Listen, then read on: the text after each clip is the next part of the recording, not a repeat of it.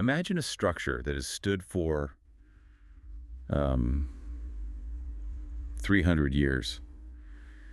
It feels permanent. It feels divine, even. It covers a sixth of the Earth's land surface.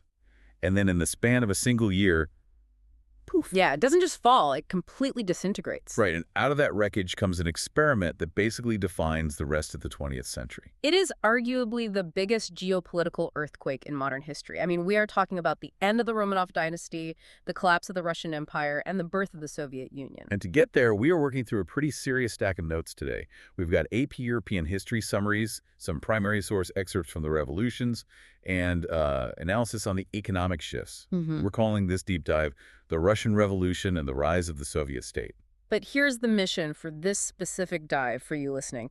We aren't just going to recite a timeline of 1917. That's the traditional textbook way to do it. Yeah, and then this happened and then that happened, which is boring. We want the actual juice. Exactly. We need to analyze this as a systemic collapse. We need to look at the why. Why did a 300-year-old dynasty shatter? How did World War I act as the catalyst for the existing rot? And crucially, we need to distinguish between the two revolutions, because there were two, and look at the messy, brutal reality of how they actually consolidated power afterwards.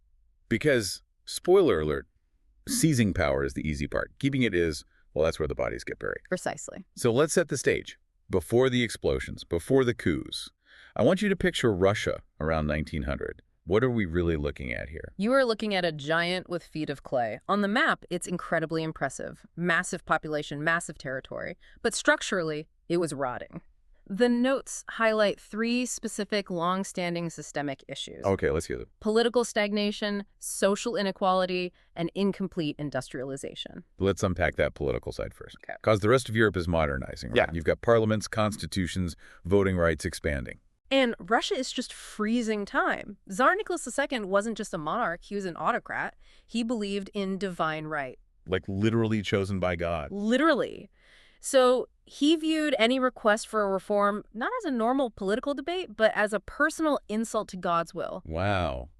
He sounds real fun at parties. Yeah. But it's not like people hadn't tried to warn him. I mean, the notes mentioned the 1905 revolution. Yeah, the dress rehearsal. People rose up, demanded a constitution, and the Tsar cracked down hard. He did make some token promises, though. He created a parliament called the Duma. Right, but he constantly undermined it. Oh, completely. He'd dissolve it whenever they disagreed with him. So by the time we get to 1917, the government is rigid, brittle, and totally resistant to actual reform. Which brings us to that second issue, social inequality. And this isn't just, the rich have nicer things. This is practically medieval. It really is. You have a tiny sliver of landed elites who own almost everything. And then you have the peasantry, which is 80% of the population.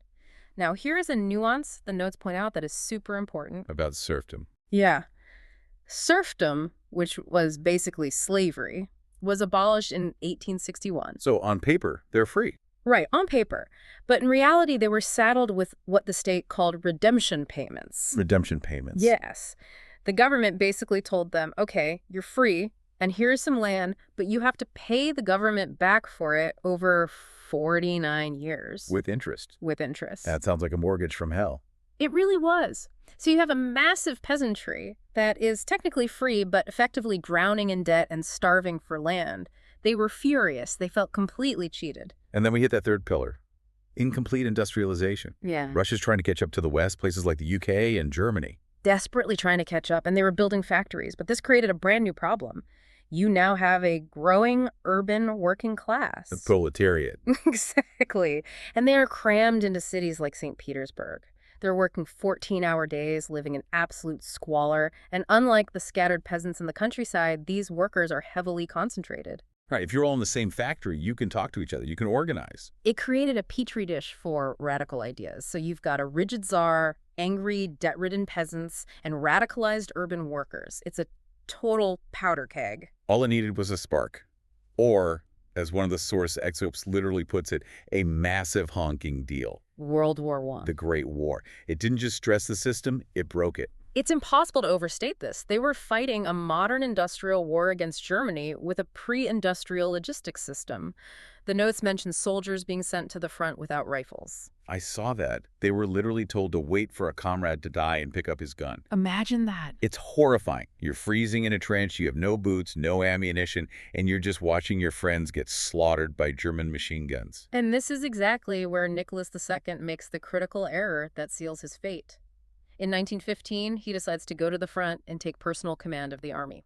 Which maybe sounds heroic on paper, but in reality, Strategically catastrophic. Before this, if the war went badly, he could just blame the generals. Oh, the incompetence of the military brass. But once he's the commander-in-chief, every defeat is his defeat. every single one, he became the face of the disaster. He couldn't hide behind anyone anymore. And while he's away playing soldier at the front, the home front just completely crumbles. Total breakdown. The rail system was entirely co-opted for the war effort, which meant food couldn't get to the cities, inflation went vertical, you have people starving in the streets of the capital. So we have a delegitimized leader, a broken army, and a starving population. That brings us to 1917, Phase 1, the March Revolution. And the source material emphasizes something fascinating here. This wasn't some mastermind plot. It was grassroots. It was spontaneous. Right, it starts with factory workers. Specifically, the notes highlight that it was largely led by women. Yes, women textile workers in Petrograd just walked out. They were protesting bread shortages and the insane cost of living. They march into the streets, and other workers see them and say, you know what? We're done too. Within days, the whole city is shut down. Now, normally, this is where the Tsar sends in the army to shoot everyone and restore order. That's always been the playbook. And he tried to run that playbook. He ordered the military to fire on the crowds. But this is the tipping point of the entire narrative. The soldiers, Defected. they refused the order. When told to shoot the protesters, the soldiers joined them instead. Once the military switches sides, the regime is finished. Exactly. The generals basically tell Nicholas it's over, he abdicates, the 300-year monarchy is just gone. So the Tsar is out. But it doesn't just magically become a stable democracy. Instead, we get this incredibly confusing power vacuum. The period of dual power. Yeah, the notes spend a lot of time on this. Who exactly are the two powers? Okay, so on one side, you have the provisional government. These are mostly middle-class guys from the old parliament. They try to keep order, they want to write a constitution, but they are very slow to enact real change. And on the other side, The Soviets. Soviet just means council. These were local councils of workers and soldiers. They were radical, socialist-leaning, and they held the actual sway on the streets. so the provisional government has the official title, but the Soviets have the actual muscle. Precisely. And the provisional government made one fatal mistake. They decided to stay in World War I. Which is crazy. Everyone hated the war. That's why they revolted in the first place. But they wanted to honor their alliances with Britain and France. They wanted to be seen as a legitimate, responsible Western nation. But the people on the streets didn't care about international treaties. They were starving. Which creates the perfect opening for Phase 2. Enter Vladimir Lenin. The man of the hour. He returns from exile with this document called the April Theses. And that famous slogan, peace, land, and bread. It is brilliant marketing. Peace. End the war. Land. Give it to the peasants. Bread. Feed the starving cities. It was exactly what everyone wanted to hear. But the expert notes point out an ideological shift here, right? Because traditional Marxism said Russia wasn't ready for communism yet. Exactly. Traditional theory said you had to go through a capitalist stage of development first. You have to build up the factories and the wealth before the workers can take over. You can't bake the cake before you buy the ingredients. Right. But Lenin argued that Russia could skip the capitalist stage entirely. He believed a disciplined vanguard party could seize power and go straight to communism. It was a massive deviation from traditional Marxist theory. He's basically saying, we're hacking the system, we're skipping a step. And that leads directly to the November Revolution. Now contrast this with March. March was grassroots, chaotic, women marching in the streets. November was a calculated planned takeover, a coup. Yeah. Lenin and the Bolsheviks overthrew the provisional government. And the notes say it was a relatively bloodless transition, right? Shockingly bloodless in the moment. They quietly seized the telegraph offices, the train stations, the bridges. They just rebranded as the Communist Party and said, we're in charge now. But taking power is one thing, keeping it is another. Because almost immediately, this triggers the Civil War. From 1918 to 1922, A brutal, devastating conflict. It's the Reds, the Bolsheviks versus the Whites. And the Whites are just this loose mix of monarchists, liberals, and foreign powers. They barely even like each other. They hated each other, but they hated the Reds more. And this is where we have to introduce Leon Trotsky. Lenin's right-hand man. He is the architect of the Red Army. He took a chaotic, ragtag revolutionary force and transformed it into a disciplined military machine. The notes are very clear. Trotsky's organization was the decisive factor in winning the Civil War. And we should mention the foreign intervention here. Western powers actually sent troops to help the Whites. The U.S., Britain, France, they all intervened. But Lenin was a genius at spinning this. He used it to his advantage. By framing the Bolsheviks as the true defenders of Russia. Exactly. He painted the Whites as puppets of Western interlopers. It rallied a lot of Russians to the Red Army who might not have even cared about communism, but they definitely wanted to repel foreign invaders. But to focus on winning the Civil War, Lenin had to pay a massive price. He had to get out of World War I. So in 1918, he signs a treaty with Germany, ceding a vast amount of territory. Ukraine, Poland, the Baltics. Just gone. It's like cutting off an arm to save the body. But Lenin viewed it as a temporary setback. He truly believed a global communist revolution was imminent. He thought those borders wouldn't matter in a few years anyway. Okay, so they win the Civil War. It's 1921. The Reds have secured power. Yeah. But the economic reality is just bleak. The economy was in absolute ruins. Famine, destroyed infrastructure. And pure communist theory wasn't exactly putting food on the table. No, it's causing mass starvation. During the war, they had seized all the grain from the peasants to feed the army. So the peasants just stopped growing extra grain. Why bother if the state is going to take it? So Lenin has to pivot. And this is the part of the notes that I found most fascinating. The NEP. The new economic policy. It is such a wild paradox. To save the world's first communist state, Lenin brings back capitalism. It was a massive shock to the system. Under the NEP, farmers were allowed to sell their surplus produce on the open market for profit. Small businesses could be privately owned again. So wait, the hardliners who just spent years fighting the capitalists, they're just okay with this. Oh, they hated it. But Lenin explained it as a strategic retreat.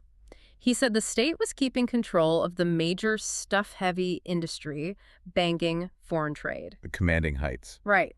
But they had to admit that they needed to compromise their ideology on the lower levels just to prevent total collapse. They needed the farmers to want to grow food. It's basically admitting that pure ideology can't override basic human incentives. At least not when the country is starving to death. The NEP worked. It stabilized the economy and allowed the Soviet Union to actually survive its infancy. Which brings us to the end of our journey today. Let's recap for everyone listening. We started with a starving, rigid autocracy under the Tsar. We moved through a grassroots revolution in March, a calculated ideological coup in November, and a brutal civil war. And ended up with a pragmatic, almost contradictory economic compromise just to build the foundation of the USSR. So when you look at all this source material, all these notes, what's the big so what for you? I think this story perfectly illustrates how rigid systems break under pressure. The Tsar refused to bend, so his entire empire snapped. But it also shows how radical change almost always requires abandoning the very theories that started the revolution in the first place, just to survive the reality of governing. You have to compromise to keep the lights on. Exactly. I love that. And I want to leave you, the listener, with one final provocative thought. We talked about how the Soviet Union was founded on this dream of a communist utopia. Yet, its very survival in those crucial infant years relied entirely on the new economic policy, essentially a heavy dose of capitalism. The strategic retreat. Right, so if the very foundation of the state required skipping steps in Marxist theory and relying on temporary capitalist compromises just to feed its people, was the Soviet system ever truly stable? Or was it built on a fundamental contradiction from day one?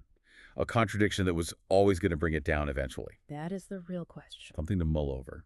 Thanks for joining us on this deep dive into the source material. We will see you on the next one.